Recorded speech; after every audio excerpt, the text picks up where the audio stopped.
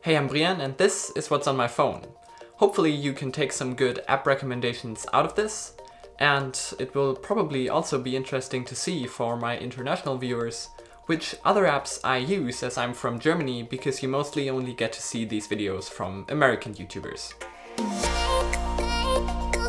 Let's start with my phone itself. This is the LG G6 still. Yes, I know, as I'm a smaller YouTuber, I don't get to use the newest smartphones, and actually after a year I'm not that happy with it anymore.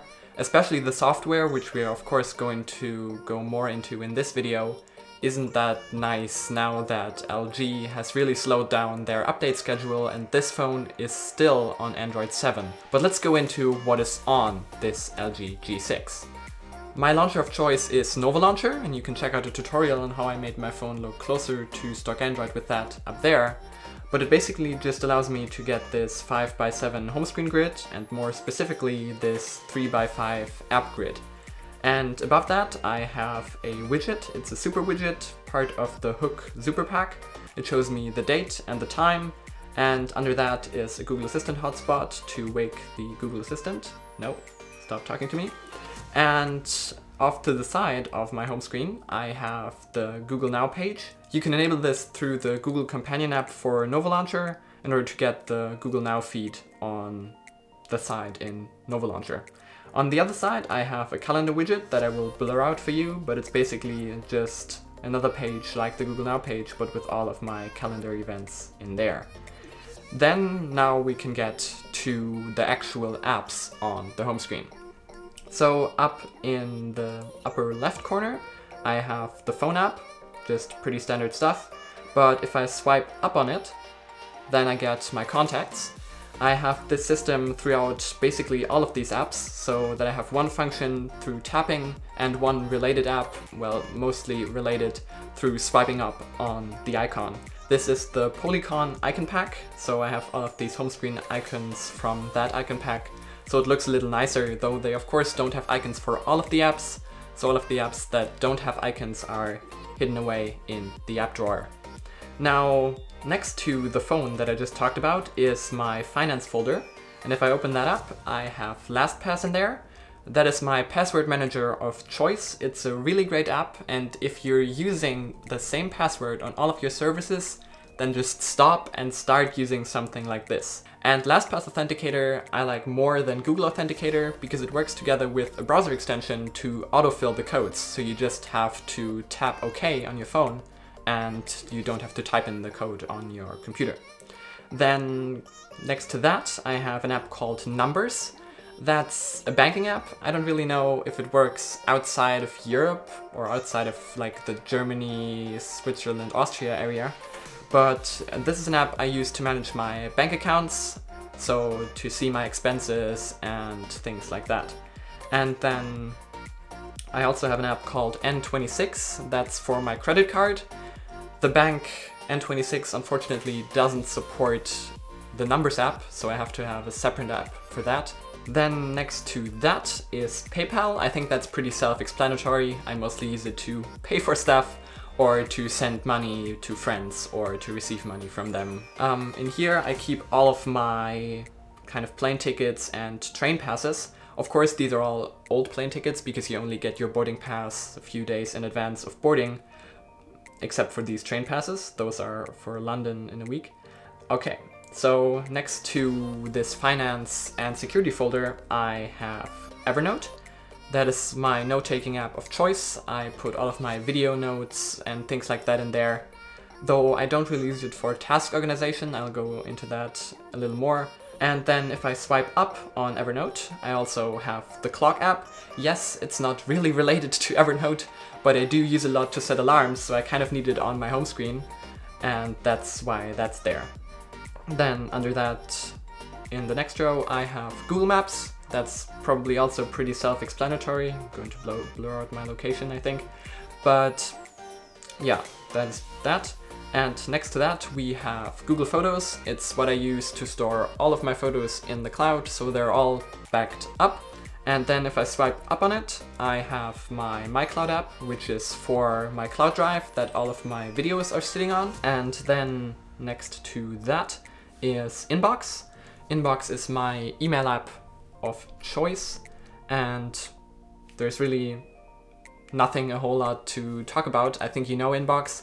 I don't use Gmail because I think Inbox just organizes all of my stuff more neatly and is a nicer looking app overall. So if I swipe up on Inbox, I have Google Tasks, as I talked about before. I don't necessarily keep my tasks in the Evernote app, I keep them in Google Tasks. Now let's move on to the next row, which is of course the YouTube app, which is very important for me as a YouTuber. I of course also watch a lot of YouTube videos from other YouTubers in the normal YouTube app, and you can check out my channel from here and things like that. So if I swipe up on it though, I have the YouTube Studio app, which is an app you've probably seen on many other YouTubers' phones. And then next to YouTube is WhatsApp. WhatsApp is kind of the biggest messaging app in Germany. They have basically completely replaced, not basically, actually completely replaced SMS. And if I swipe on it, I still have the normal SMS app for things like two-factor authentication codes that I can't put inside of the Authenticator app. And then we have Twitter.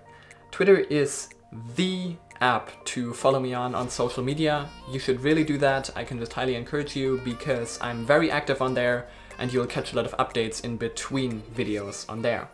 Also, you should follow me there because the Wednesday after this video goes live, I'm going to be flying out to London for the OnePlus 6 launch event. And you should really follow me on Twitter for updates on that, because of course I'm going to have a video, but that will only go up after the event. So if you want to follow live what I see at that event, maybe some pictures of the phone right as I have it in my hands, definitely follow me on Twitter for that. On Twitter I have no swipe up action, and then under that I have the camera. I actually don't use the normal LG camera app, I use Google Camera, but it's Google Camera HDR+, so it takes a lot better photos than the normal LG camera app, and I can just really recommend this instead of using normal apps. If you have a phone with a Snapdragon CPU, then check out Google Camera HDR+. Then next to that is the Play Store, pretty self-explanatory to get apps and things like that, you know how that works. And then the Settings app, and if I swipe up on Settings, I have the Hue app, so I can set wake up timers or control my lights from there because I have hue lights all throughout this room. So that's an app I use quite a lot. Then under there is Google Chrome, pretty self-explanatory. Swipe up on it gets me to Amazon. Under there is another folder. This is my media folder where I have my music app of choice, Google Play Music, which I'm a subscriber of. And then next to it is Netflix. I don't watch a lot of Netflix actually. I'm not a big TV show guy, but I sometimes use it for some of the movies that are on there and things like that. Then under that we have Anchor, which is a podcast app. I recently also listened to the new podcast of Casey Neistat, which you should probably check out, it's pretty cool. And then next to that is Soundcloud. Soundcloud is the app that I use to get all of my music for my YouTube videos. So you can see some of the titles, and especially the title I used in my most recent video on here. The last app on my home screen is Google Drive, and if I swipe up on it, I get Google Docs, which is what I use to write scripts for my videos. This video is non-scripted, but normally for reviews and stuff I do write scripts now, so I can access these from in here and use my phone for notes while I'm recording videos, for example. But the last thing I think I can talk about is in the background, the wallpaper. This is an Earth live wallpaper from the Google Wallpapers app from the new Pixel 2s. You can download that to your Android phone and then get these Pixel wallpapers on your phone. I'm very quickly going to scroll to that. Live wallpapers, no, apps and themes, and wallpapers. So you can get all of these nice wallpapers in here. It's an app I generally recommend. They have some very cool wallpapers. So the app drawer is a little hidden. I don't have any icons for the app drawer on my home screen, as I have this Google search bar down here at the bottom like it is on the Pixels. But if I swipe up on my home screen, I get to the app drawer.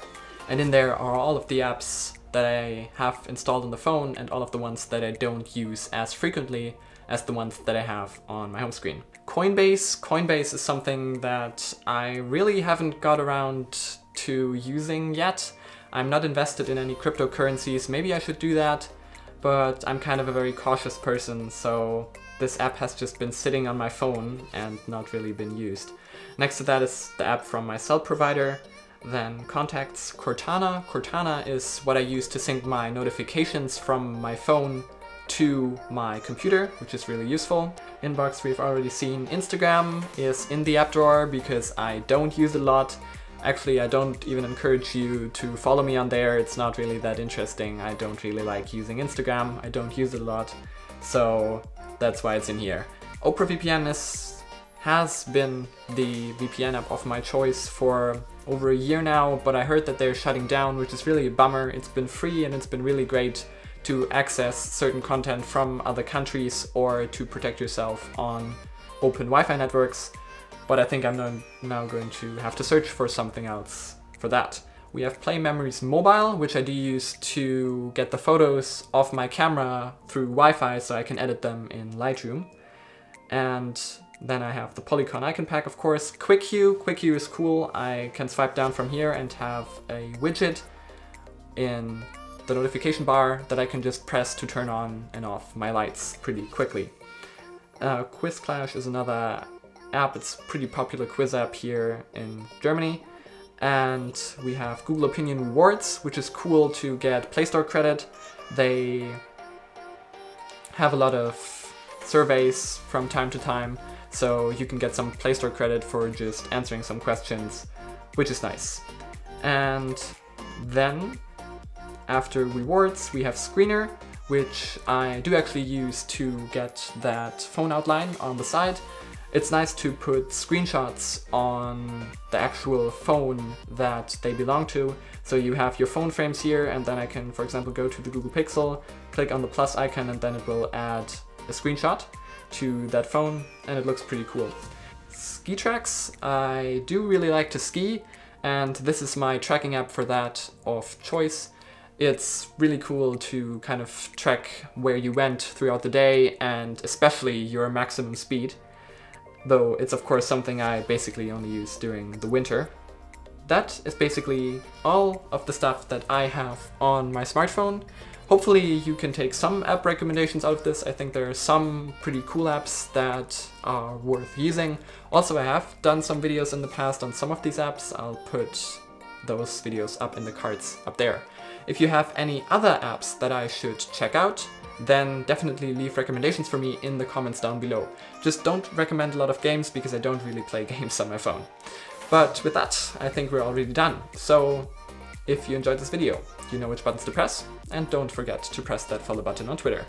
I'm Brian, thanks for watching, and I'll see you in the next one, which is going to be from the OnePlus 6 event. Bye!